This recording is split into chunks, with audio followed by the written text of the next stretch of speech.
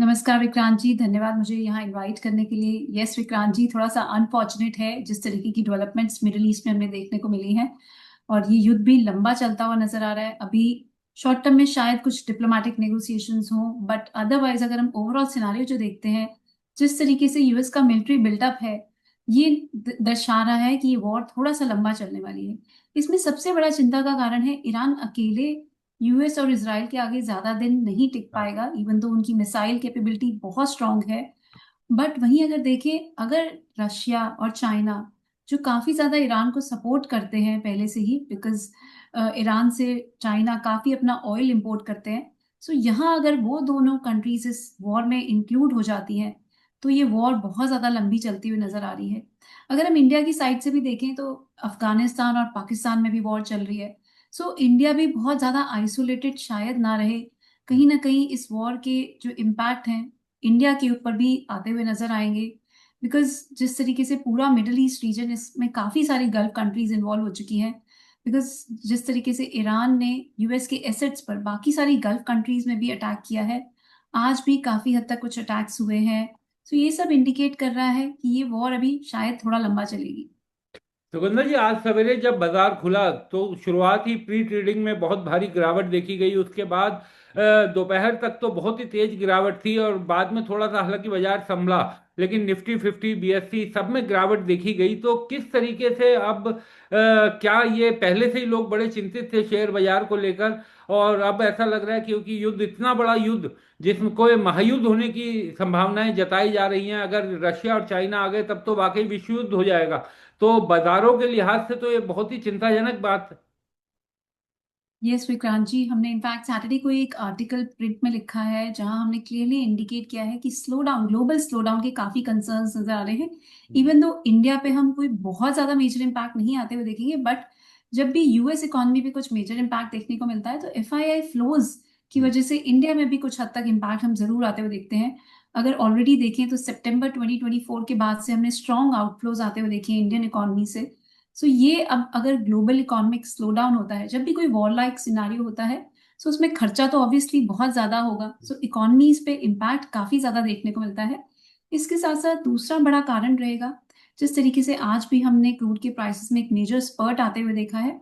इस साल देखें तो ऑलरेडी क्रूड के प्राइसेस 26% तक बढ़ चुके हैं। हम्म। और अभी अगर प्राइसेस में फर्दर हम अपसाइड आते हुए देखते हैं, तो इससे इन्फ्लेशन में काफी ज्यादा अपटिक देखने को मिलेगा। इंडिया पे भी काफी इम्पैक्ट देखने को मिलेगा, बिकॉज हम 88% ऑयल को इम्पोर्ट करते हैं। हम्म। और अगर स्पेशली स्ट्रेट ऑफ हॉर्मुज से अगर हम देखें तो 50% हमारा ऑयल स्ट्रेट ऑफ हॉर्मुज से ही आता है। ये एक बहुत इंपॉर्टेंट किनाल है जो ईरान और ओमान के बीच में है, और यहाँ से almost 20% of seaborne crude flow करता है। अच्छा। सो ये बहुत क्रिटिकल चोक पॉइंट है। अगर यहाँ पर बहुत ज्यादा दिन ईरान अगर इस पे क्लोजर कर देता है पूरी तरीके से, दो अभी रिपोर्ट्स क्लियरली इंडिकेट नहीं कर रही हैं कि फुल क्लोजर हुआ है या पार्शियल क्लोजर क्लोजर हुआ है। अगर ये फुली क्लोजर हो जाता है स्टेट ऑफ हॉर्मुज का, और साथ में कुछ रेड सी में भी ब्लॉकेजेस आ जाती हैं, तो जो शिप बॉर्न क्रूड ऑयल के फ्लोज हैं वो काफी ज्यादा डिस्टर्ब हो जाएंगे। अभी भी जो इंडिकेशंस निकल के आ रही हैं कि काफी सारे शिप्स उसके कॉर्नर पे ही वेट कर रहे हैं, जी। बिकॉज इंश्योरेंस को लेके काफी ज्यादा कंसर्न्स हैं। उन शिप्स की इंश्योरेंस कैंसिल होती हुई नजर आ रही है, इंश्योरेंस कॉस्ट काफी ज्यादा बढ़ती हुई नजर आ रही है। सो अब इन सीज को एक डिटूर लेना, सॉरी, इन शिप्स को एक डिटूर लेना पड़ सकता है, जिससे इनकी अगर हम ओवरऑल कॉस्ट देखते हैं, जो क्रूड ऑयल को ट्रांसपोर्ट करने की जो कॉस्ट होगी, जो लॉजिस्टिक्स कॉस्ट होगी, वो काफी बढ़ जाएगी। सो यहाँ पर इन्फ्लेशन पे एक मेजर हम अपटेक आते हुए देखेंगे। दूसरी तरफ देखें तो एयर स्पेस में भी काफी ज्यादा डिस्ट्रप्शंस हैं। काफी several flights have been closed, और दुबई स्पेशली देखें जो एयरपोर्ट है, एक कनेक्टिंग हब है। वहां पर बहुत सारी फ्लाइट्स का अगर हम देखें तो कनेक्टिंग फ्लाइट्स वहां पर लैंड करती हैं, हॉल्ट होते हैं। और अब काफी सारी फ्लाइट्स को गल्फ का एयर स्पेस को अवॉइड करना पड़ रहा है, एक लंबा रूट लेके ट्रैवल करना पड़ रहा है, जिससे उनकी भी फ्यूल कंजम्पशन काफी हद तक बढ़ रही है। सो यहाँ से भी क्रूड की डिमांड बढ़ती हुई नजर आएगी। सो बहुत सारे मिले जुले इम्पैक्ट्स देखने को मिलेंगे। बट इसमें एक सिल्वर लाइनिंग जरूर है, सिर्फ नेगेटिव हम नहीं बात करेंगे। जी। एक सिल्वर लाइनिंग जरूर है कि ये जो यूएई कंट्रीज हैं ये बहुत ज्यादा पीसफुल मानी जाती हैं। यहाँ की प्रॉपर्टी मार्केट में बहुत इन्वेस्टमेंट्स होती हैं। यहाँ पर टूरिज्म बहुत ज्यादा एक इनका मेन सोर्स ऑफ रेवेन्यू है। सो ये कंट्रीज नहीं चाहेंगी कि मिडिल ईस्ट में कॉन्फ्लिक्ट ज्यादा बढ़े। तो इन कंट्रीज की साइड से नेगोशिएशंस की तरफ के लिए पुश ये पुश कर सकती हैं, तो शायद कुछ डिप्लोमेटिक नेगोशिएशंस हो, ये वॉर कुछ हद तक डी एस्केलेट हो। और साथ ही साथ एक और सिल्वर लाइनिंग है, ये गल्फ कंट्रीज काफी ज्यादा, ये जो ईरान ईरान की भी अगर हम स्पेसिफिकली बात करते हैं, ये अपने ऑयल के रेवेन्यूज पे काफी ज्यादा डिपेंडेंट है। सो ये भी नहीं चाहेंगे कि स्ट्रेट ऑफ हॉर्मुज बहुत टाइम के लिए ब्लॉक्ड रहे। अगर क्रूड ऑयल शिप नहीं होगा तो इनके रेवेन्यूज पे बहुत इंपैक्ट पड़ेगा और ये वॉर ऑलरेडी नहीं लड़ पाएंगे। सो ये फैक्टर्स भी हमें थोड़े से कंसिडर करने होंगे। इवन दो यस, ये क्राइसिस थोड़ा सा डीपन होता हुआ नजर आ रहा है, but in between I also feel कुछ अपॉर्चुनिटीज भी, अगर हम इक्विटी मार्केट के पर्सपेक्टिव से देखते हैं, तो जरूर इमर्ज होंगी। बिकॉज जब भी कोई क्राइसिस का सिनारियो होता है, ऐसे ही टाइम पर बाइंग के लिए भी अपॉर्चुनिटीज, लॉन्गर टर्म इन्वेस्टमेंट के पर्सपेक्टिव से अपॉर्चुनिटीज क्रिएट होती हैं। नॉर्मली अगर एक रिटेल इन्वेस्टर को देखें, तो पीक पर जाके बाय करते हैं फोमो में पड़ के, जब मार्केट नए हाइज बना रही होती है। बट वही मार्केट में जब हम क्लोज आते हुए देखते हैं, जब एक पैनिक का एटमॉस्फेयर बनता है, वहां पर वो सेलिंग करने आ जाते हैं। हाँ। Rather this is the time to accumulate quality stocks. So अगर हम मिले जुले रुझान की बात करें, यस, थोड़ा सा अवेयर रहें, अपडेटेड रहें किस तरीके से ये जियो पॉलिटिकल फ्लैश पॉइंट्स इमर्ज होते हैं, बट बहुत ज्यादा पैनिक की जरूरत नहीं है। जैसा आपने कहा एविएशन पर जो असर पड़ा, उसका असर आज एविएशन सेक्टर के शेयर्स पर भी काफी देखने को मिला। बिल्कुल, अगर विक्रांत जी देखें, तो आज दो ही सेक्टर्स लार्जली परफॉर्म करते हुए नजर आए। हाँ। और इन सेक्टर्स पर इनफैक्ट हम पहले से भी, जो लोग हमें फॉलो करते हैं, उन पे हमने ऑलरेडी काफी बार मेंटेन किया है कि ये दोनों सेक्टर्स पॉजिटिव नजर आ रहे हैं। हाँ। एविएशन पे जरूर अभी कुछ अगर मैं देखूं तो थोड़ा सा प्रेशर बना रहेगा, but defence stocks, metal stocks, ये दोनों मुझे लगता है कभी अभी थोड़ा अट्रैक्टिव नजर आ रहे हैं।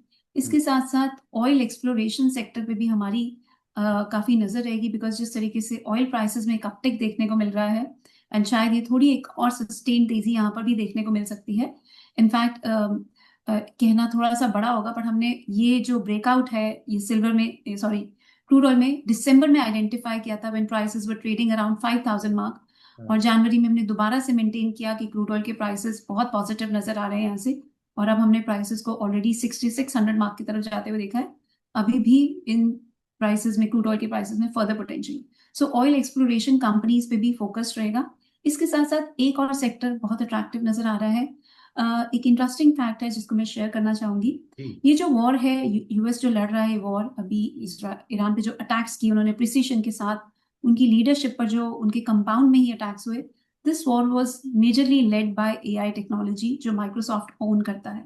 हम्म। सो अब ये जो वर्ड है, ये ट्रांजिशन कर रहा है एआई बेस्ड डिफेंस सिस्टम्स की तरफ। ऑन ग्राउंड कोई भी अगर हम देखें, तो ईरान में एंट्री नहीं हुई ट्रूप्स की। अब आगे वर्ल्ड की जो डिफेंस कैपेबिलिटीज बिल्ड होंगी, that will be built around AI. So यहाँ से एआई रिलेटेड कंपनीज के लिए भी एक अनदर इंक्रीमेंटल डिमांड क्रिएट होने वाली है। इवन दो रिसेंट टाइम्स में हमने एआई लेड काफी ज्यादा सेल ऑफ आते हुए देखा है, मेल्ट डाउन आते हुए देखा है इन स्टॉक्स में। बट अगर लॉन्गर टर्म पिक्चर देखें, तो AI is not going to take away the IT services sector role. Rather वो उसको कॉम्प्लीमेंट करेगा, और ओवरऑल आईटी सेक्टर इन स्पेशली एआई रिलेटेड स्टॉक्स में मुझे लगता है काफी ज्यादा एक इंटरेस्ट देखने को मिल सकता है। ये एक शॉर्ट टर्म की थीम नहीं रहेगी, ये स्लाइटली लॉन्गर टर्म की थीम रहेगी। बिकॉज जिस तरीके से इंडिया भी डिफेंस कैपेबिलिटीज में काफी ज्यादा इन्वेस्टमेंट्स कर रहा है, यूरोप का भी इस तरफ काफी ज्यादा रुझान बनता हुआ नजर आ रहा है, एंड बाकी कंट्रीज भी, इनफैक्ट मिडिल ईस्ट कंट्रीज भी इस पे काफी ज्यादा फोकस करती हुई नजर आएंगी। So I think this sector will shine in times to कम।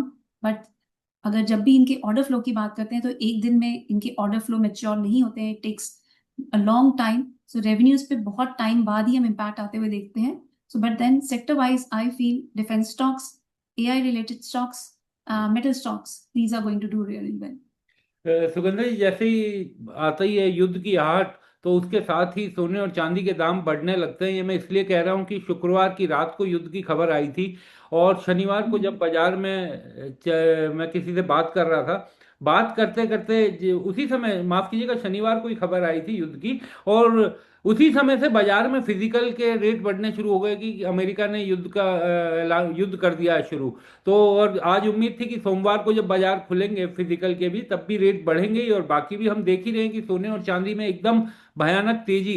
तो युद्ध होते ही बाकी सब चीजें भले ही डाउन, लेकिन सोने चांदी की रफ्तार शुरू हो गई है। सो विक्रांत जी, अगर आपको याद हो, हमने 14 फरवरी के आसपास बात की थी। तब जी। प्राइसेस में हमने काफी फॉल आते हुए देखा था। हाँ। बट उसके बाद भी हमने क्लियरली यही मेंटेन किया था कि सिल्वर के प्राइसेस में 2,25,000 हाँ। एक बहुत इंपॉर्टेंट सपोर्ट है, और $70 पर आउंस बहुत इंपॉर्टेंट सपोर्ट है। जब तक ये होल्ड कर रहा है प्राइसेस में, अपवर्ड बायस ही बना हुआ है, पॉजिटिव बायस ही है। और वहीं से हमने एक रिवर्सल आते हुए देखा। इनफैक्ट अगर हम सिल्वर के लोज की बात करें तो 2,26,000 से ही प्राइसेस हैं, उसके बाद एक स्ट्रॉन्ग रिवर्सल दिखा है। वहीं हमने गोल्ड में भी बात की थी कि 1,39,000 टू 1,40,000 एक बहुत इंपॉर्टेंट सपोर्ट रहेगा प्राइसेस के लिए, और यहाँ से हम रिवर्सल आते हुए देखेंगे। अगर 1,61,000 का लेवल ब्रेक हो जाता है तो तेजी भी देखने को मिलेगी। इनफैक्ट ऐसा ही हमने प्राइसेस में डेवलप होते हुए देखा सिनारियो, और प्राइसेस में एक अच्छी अपटेक देखने को मिली। इनफैक्ट जो लोग हमारे साथ टेलीग्राम चैनल पे जुड़े हुए हैं, हमने फ्राइडे के सेशन में भी इंडिकेट किया था कि ये वॉर होती हुई नजर आ रही है, प्राइसेस 2 मार्च तक तेजी दिखाएंगे, उसके बाद कुछ करेक्शन देखने को मिल सकती है। So yes, we have been able to identify कि जिस तरीके से जो सिचुएशन नजर आ रही थी, जिस तरीके से मिलिट्री बिल्डअप था, वो इंडिकेट कर रहा था कि ये वॉर इज इमिनेंट, कुछ अटैक्स जरूर हो सकते हैं ओवर द वीकेंड, और उसी के चलते भी हम maintain a positive wise. But यहाँ से मैं थोड़ा सा अब एक स्लाइट कॉन्ट्रेरियन व्यू भी लेना जी। चाहूंगी। जी। विक्रांत जी, ऑलरेडी हमने 2,25,000 से ऑलमोस्ट 3 लाख तक का मूव आते हुए देखा है। It's a big move that we have again seen in silver prices. अब मेरा ऐसा मानना है कि जब तक प्राइसेस 3,04,000 से 5,000 की रेंज के ऊपर क्लोज नहीं होते, दोबारा से एक शॉर्ट टर्म करेक्शन देखने को मिल सकती है, प्रॉब्ली कल के सेशन में। I might go wrong, but मेरे टाइम साइकिल एनालिसिस ऐसा ही इंडिकेशन दे रहा है। मैं इसकी आगे और भी एक्सप्लेनेशन देना चाहूंगी व्हाई आई फील सो। जी, इसके साथ वो साथ मैं गोल्ड में भी पूछना भी सिमिलर चाहता हूँ। सिनारियो, हाँ। जी। गोल्ड में भी सिमिलर सिनारियो इमर्ज हो रहा है। 5450 एक इंपॉर्टेंट रेजिस्टेंस की तरह इमर्ज हो रहा है। अगर हम्म। ये ब्रेक नहीं होता तो कल के सेशन में एटलीस्ट मेरा ऐसा मानना है एक सेल ऑफ या करेक्शन देखने को मिल सकती है। इवन दो जिस तरीके से हमने वॉर रिलेटेड फैक्टर्स की बात की, प्रोलॉन्ग्ड अगर हम ट्रेंड की बात करें, अगर ये वॉर बहुत प्रोलॉन्ग हो जाती है तो ओवरऑल एक सस्टेन्ड तेजी भी देखने को मिलेगी, बट शॉर्टर टर्म में कुछ करेक्शन के साइंस भी देखने को मिल रहे हैं। इसका एक बड़ा रीजन ऐसा ये भी है कि जब भी कोई अनसर्टेनिटी होती है, गोल्ड के प्राइसेस में हम तेजी आते हुए देखते हैं, पर जब भी वो हेडलाइन बन जाती है, जब भी वो न्यूज आ जाती है, उसके बाद करेक्टिव रैलीज भी देखने को मिलती है। इसके साथ साथ एक और बड़ा फैक्टर है जिसकी बात हमने लास्ट टाइम भी की थी। अब वो फैक्टर आज मेच्योर होता हुआ नजर आ रहा है। सिल्वर का कॉमेक्स में मार्च कॉन्ट्रैक्ट की हम्म। आज एक्सपायरी है। हम्म। डिलीवरीज आज कंप्लीट हो जाएंगी। जो भी शॉर्ट सेलर्स हैं उनको हायर प्राइसेस पर सिल्वर की डिलीवरी देनी पड़ेगी। अब हम्म। जब ये सिनारियो कंप्लीट हो जाएगा, शॉर्ट स्क्वीज कंप्लीट हो जाएगी, हम्म। उसके बाद सिल्वर के प्राइसेस में भी कुछ हद तक एक प्रॉफिट बुकिंग देखने को मिल सकती है। So sellers have been trapped as of now, short squeeze का सिनारियो है। बट बायर्स अब इसके बाद यहाँ से दोबारा से कुछ सेलिंग देखने को मिलेगी, वो भी अपना प्रॉफिट बुक करने के लिए आएंगे। सो दोबारा से कुछ, एटलीस्ट कल के सेशन में ऐसा लग रहा है कि कुछ करेक्शन देखने को मिलेगी। Even though war related headlines will continue to dominate और उसका मेजर इम्पैक्ट आते हुए देखेंगे हम्म। प्राइसेस पर, इसकी तरफ थोड़ा सा जरूर नजर रखें, थोड़ा सा कल के सेशन में कॉशियस रहें, specially because of the fact कि कल मॉर्निंग सेशन M6 में क्लोज है। We only have evening session. तो हाँ। ऐसे में वॉलेटिलिटी थोड़ी सी हाइटन रह सकती है। दो लार्जर ट्रेंड अभी भी पॉजिटिव है। डाउन साइड में देखें तो सिल्वर में 2,75,000 टू 2,50,000 ये बहुत स्ट्रॉन्ग डिमांड जोन रहेगा प्राइसेस के लिए। वहीं अगर गोल्ड में देखें तो 1,57,000 टू 1,58,000 ये एक बहुत स्ट्रॉन्ग डिमांड जोन रहेगा। But just for short term perspective थोड़ा सा प्रॉफिट बुकिंग देखने को मिल सकती है प्राइसेस में। इसके साथ साथ इस हफ्ते यूएस के बहुत सारे इकोनॉमिक डेटा भी लाइंड अप है। रिटेल सेल्स का डेटा है, एडीपी एम्प्लॉयमेंट का डेटा लाइंड अप है, non farm payrolls which is a very crucial data, वो भी लाइंड अप है। सो ये फैक्टर्स पे भी थोड़ी सी नजर रखनी होगी। इवन दो टैरिफ की हेडलाइन शायद अभी इस हफ्ते कोई हमें कोई सरप्राइजेस ना दे, बिकॉज हम्म। जिस तरीके से अभी लास्ट वीकेंड पे भी एक नई हेडलाइन थी हमारे पास जिसने गोल्ड एंड सिल्वर के प्राइसेस को सपोर्ट किया। सुप्रीम कोर्ट ने जहां ट्रम्प साहब के टैरिफ को इलीगल कंसिडर किया, ट्रम्प साहब ने दोबारा से 10% ग्लोबल टैरिफ इंपोज कर दिए। बट इस वॉर के चलते शायद ट्रम्प साहब थोड़ा सा शांत रहें और टैरिफ से रिलेटेड शायद कोई न्यूज देखने को नहीं मिले। बट अभी मेजर फैक्टर जो मार्केट के लिए मूविंग रहेगा, that will be the geopolitical flash points. एक चीज ये समझना चाहूंगा सुगंधा जी, क्या वैसा होता हुआ दिखाई दे रहा है जैसा हमने जनवरी 29 को देखा था, जिस पीक पर सोना और चांदी पहुंच गया था? अगर ये युद्ध लंबा चलता है तो क्या उस तरीके की चीजें भी देखने को मिल सकती है?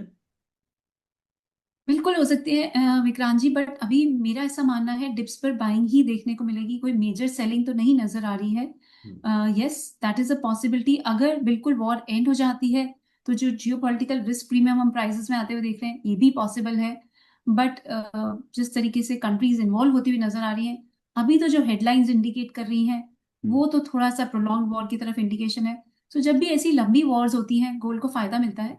मैं कुछ I have studied some data, I would like to highlight those data points also. आपके इस वीडियो के माध्यम से मैं कुछ शेयर करना चाहूंगी। 1971 से 1980 जब गोल्ड स्टैंडर्ड अबंडन हुआ था, उस टाइम पे हमने ऑयल शॉक भी आते हुए देखा था 1973 में भी, और 1979 टू 1980 में भी। अगर हम देखें तो काफी ज्यादा हमने ऑयल के प्राइसेस में अपसाइड आते हुए देखी। उसी टाइम पे अगर हम देखें तो गोल्ड के प्राइसेस में भी हमने ऑलमोस्ट 2300% तक का स्पाइक आते हुए देखा था। So that's a huge figure. जहां 1971 में $35 पर आउंस पे प्राइसेस ट्रेड कर रहे थे, बिकॉज ब्रेटन वुड सिस्टम के under prices they had been stuck at $35 to a dollar। उसके बाद फ्री फ्लोटिंग हो गए प्राइसेस, और प्राइसेस में हमने एक मेजर जंप आते हुए देखा। सो 1980 तक अगर देखें तो प्राइसेस $850 पर आउंस तक पहुंच चुके थे। सो जब भी वॉर्स रही हैं, नॉर्मली प्राइसेस ने पॉजिटिव रिएक्ट किया है। मैं थोड़ा सा वॉर का डेटा भी बताना चाहूंगी। 1972 से 1973 तक हमने गोल्ड के प्राइसेस में ऑलमोस्ट 163% तक का गेन आते हुए देखा। 1990 टू 1991 की गल्फ वॉर में थोड़ा सा करेक्शन देखने को मिली प्राइसेस में, सिर्फ 5% की। बट वहीं अगर 2003 में देखें तो दोबारा से इराक वॉर के टाइम पे प्राइसेस में 32% तक का जंप देखने को मिला। फिर अगर हम रीसेंट टाइम्स की बात करते हैं, जो जो सबकी मेमोरी में है, रशिया यूक्रेन वॉर के बाद से तो prices they have been moving higher only, because यहाँ पर तो एक और मेजर फैक्टर चेंज हुआ। इस रशिया यूक्रेन वॉर के बाद तो डी डॉलराइजेशन की मूव ने पिकअप किया। उसके बाद से constantly prices have been moving up, और हम हायर ट्रेजेक्टरी पे ही प्राइसेस को जाते हुए देख रहे हैं।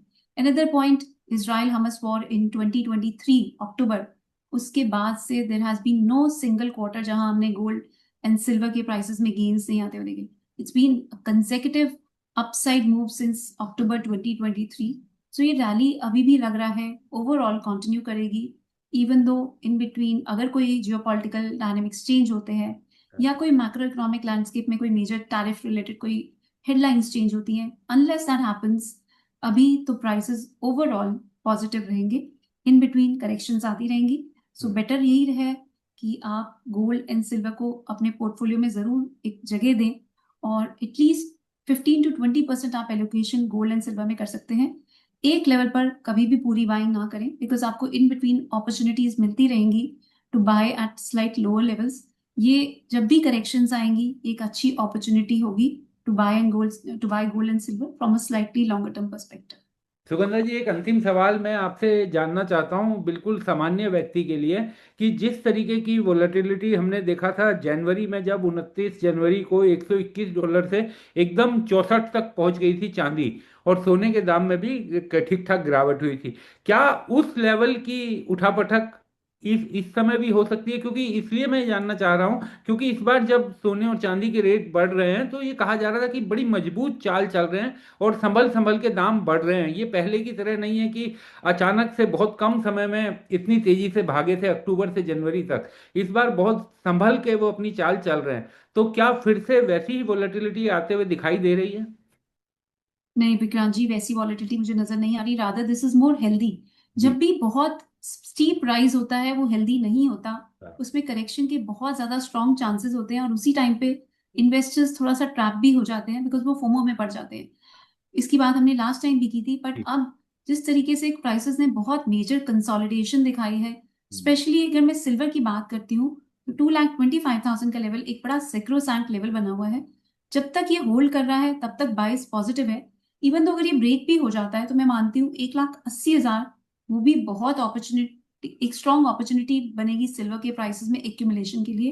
बिकॉज जैसे मैंने एआई की बात करी, एआई में अभी सिल्वर का यूज बहुत हाँ, बढ़ने वाला है। बहुत बढ़ने वाला सैमसंग ने जो सिल्वर कार्बन बैटरी को है। इन्वेंट किया है, हाँ। उसमें भी पहले जो नॉर्मल बैटरीज होती थी इलेक्ट्रिक व्हीकल्स की, उसमें 20 ग्राम सिल्वर लगती थी।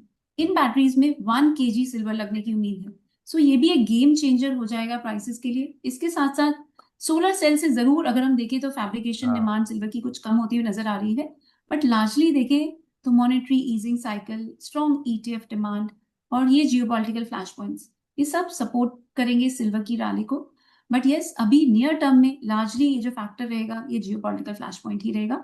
सो वॉलेटिलिटी थोड़ी रहेगी, but I do not see it panning out as January end की जो हमने वॉलेटिलिटी आते हुए देखी थी. ऐसा सिनारियो अभी नजर नहीं आ रहा. सी, एक ट्रेंड है जो ट्रेंड प्राइसेस में हमने सीधा आते हुए देखा. अब अगर एक करेक्शन के बाद प्राइसेस ऊपर जाएंगे तो एक सस्टेन तेजी हम आते हुए देख सकते हैं. But yes, a word of caution here.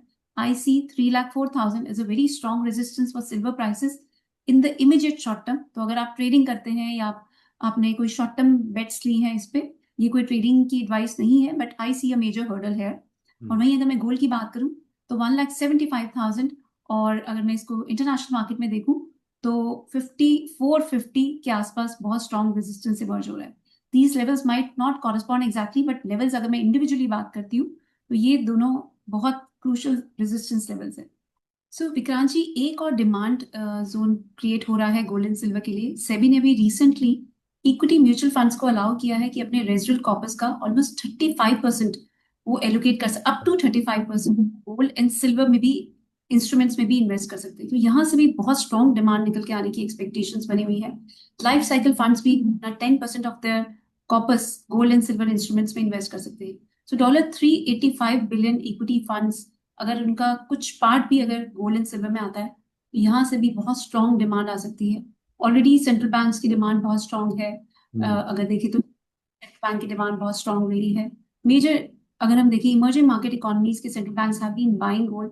Retail demand भी ओवरऑल काफी स्ट्रॉन्ग रही है. वेस्टर्न वर्ल्ड में भी अभी धीरे धीरे डिमांड पिकअप कर रही है, और अब इंडिया की mutual funds have also been allowed. So आपके पोर्टफोलियो में एक इनबिल्ट आपको डाइवर्सिफिकेशन मिल जाएगी. आपको अलग से gold and silver probably investment करने की जरूरत भी नहीं रहेगी. सो इनबिल्ट आपके पोर्टफोलियो में एक हेज हो जाएगा, एक नेचुरल हेज अवेलेबल हो जाएगा. सो जब भी रिस्की एसेट्स थोड़ा कम परफॉर्म करेंगे, गोल्ड एंड सिल्वर आपके पोर्टफोलियो को बेटर रिटर्न्स प्रोवाइड कर पाएंगे. सो यहाँ पर भी ओवरऑल इससे भी गोल्ड एंड सिल्वर के प्राइसेस को काफी सपोर्ट मिलता हुआ नजर आएगा. बहुत बहुत शुक्रिया सुगंधा जी, आप हमारे साथ जुड़ी, चर्चा में शामिल हुई, और दर्शकों से एक ही अनुरोध की, इस कार्यक्रम का उद्देश्य आपको तमाम वो कारण और तथ्य बताना होता है, जैसे सुगंधा जी ने आपको तमाम चीजें समझाई और ये बताया कि किस तरीके से जो पिछले युग थे उनमें क्या क्या स्थितियां बदली थी, कैसे उनमें भाव चढ़े थे. तो आपसे यही उम्मीद, यही आपसे कहना है कि आप अपना जो भी करें निवेश, वो अपने जरूर से भी रजिस्टर्ड एनालिस्ट से बात करें. और वोलेटिलिटी रहने की संभावना है बाजार में, तो बहुत ही सोच समझ कर करें, और उस तरह के फोमो फैक्टर में ना पड़ें कि उधार लेकर या अपना सारा सेविंग एक ही जगह आप इन्वेस्ट कर दें. उन सब चीजों से आप सभी को हमेशा बचना चाहिए. बहुत बहुत शुक्रिया सुगंधा जी. विक्रांत जी, मैं भी अपना डिस्क्लेमर देना चाहूंगी. मेरी पर्सनली एम6 में कोई पोजीशन नहीं है. हमने यहाँ पर जो भी डिस्कशन किया that is only for knowledge and awareness purposes. But yes, I do have exposure to metal stocks as well as defence stocks. आप कोई भी ट्रेडिंग या इन्वेस्टमेंट का डिसीजन लें, किसी भी सेबी रजिस्टर्ड रिसर्च एनालिस्ट से कंसल्ट करें या अपने इन्वेस्टमेंट एडवाइजर से कंसल्ट करें. बहुत बहुत शुक्रिया सुगंधा जी.